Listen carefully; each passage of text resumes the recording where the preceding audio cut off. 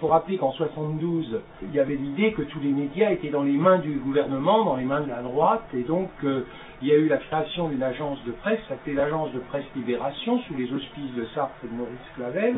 Libération est moins un journal qu'un objet en même temps, et part du mouvement. D'une part, tout le monde est payé avec le même salaire, ce qu'on a complètement oublié, mais en 73 et 81, Julie, la standardiste, tout le monde a le même salaire, là, très bas, inutile de le dire. Au départ, c'est comment se situer par rapport à l'après-mai 68, c'est-à-dire est-ce qu'on était au service du mouvement ou est-ce qu'on était part du mouvement. Moi, je disais, on est part du mouvement, donc on écrit par nous-mêmes. Il y a eu un certain nombre d'intellectuels qui étaient d'accord avec moi, Sartre a été d'accord avec ça.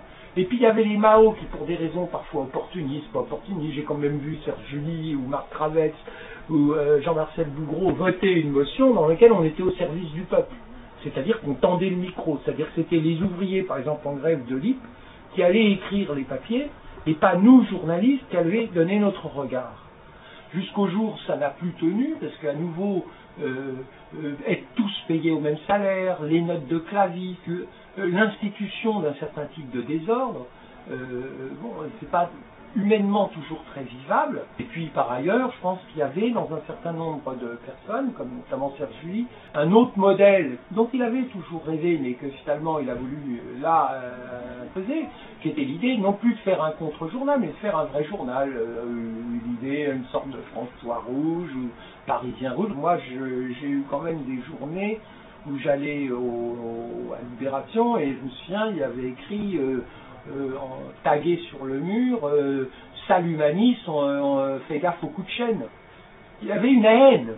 Et, au fond, la misère, une forme de misère intellectuelle parfois, ou sexuelle, porte en soi de la haine. Et donc il y a plus de haine il y avait plus de haine parfois entre les gens du même journal que par rapport à nos ennemis. Nos ennemis qui d'ailleurs tous disaient du bien nous. Et 81, c'est pour toi la crise. C'est la seule grande crise, parce que sinon c'était une crise permanente. Tu parles de cette coupure de 80. Comment tu as vécu le fait que le journal s'est arrêté en gros pendant la campagne présidentielle? Oui. Et est reparu après? Comment je l'ai vécu comme un intermède, je sais pas, on vit pas les choses, on les vit après. Non, enfin, je veux dire, comment tu vois ça aujourd'hui? Parce que c'était quand même assez étonnant que un journal s'arrête en pleine campagne présidentielle. Oui, mais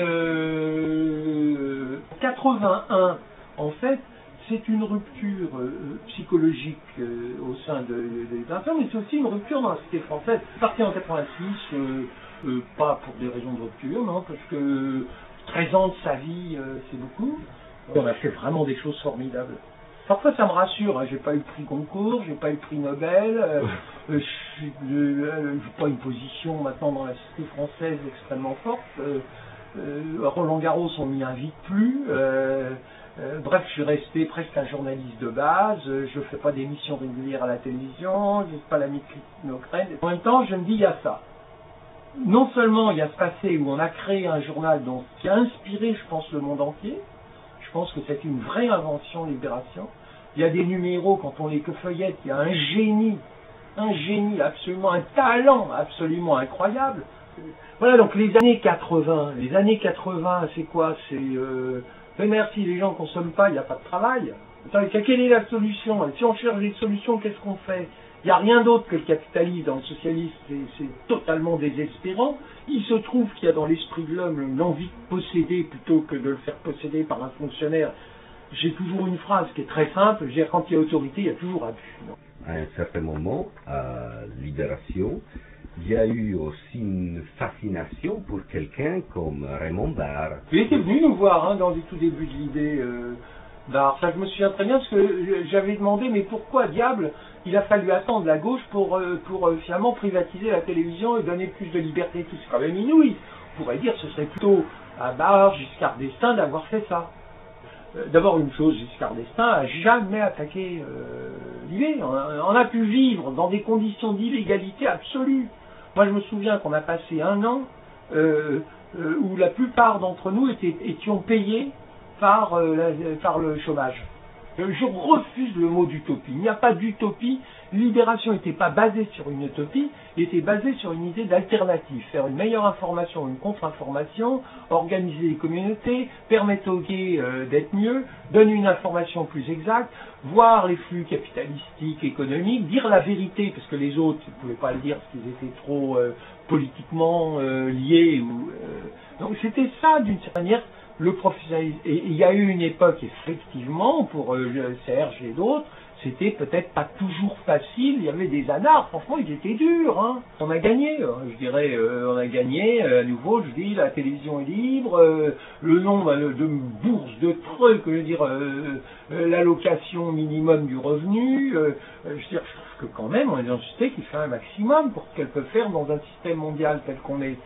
À votre avis, aujourd'hui, la direction des libérations, comment voit-elle les libérants, la libération de ses débuts?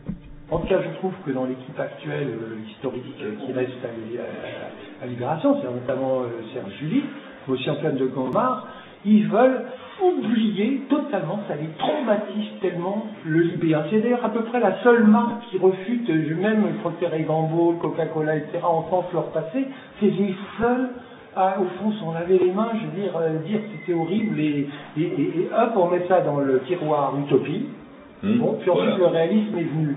Et puis, du coup, tout l'aspect créatif, extraordinairement créatif et généreux de Libération, avec justement des ordres en même temps, il le nie, mais c'est même une amnésie, je sais pas, c'est comme s'ils avaient demandé une amnistie permanente.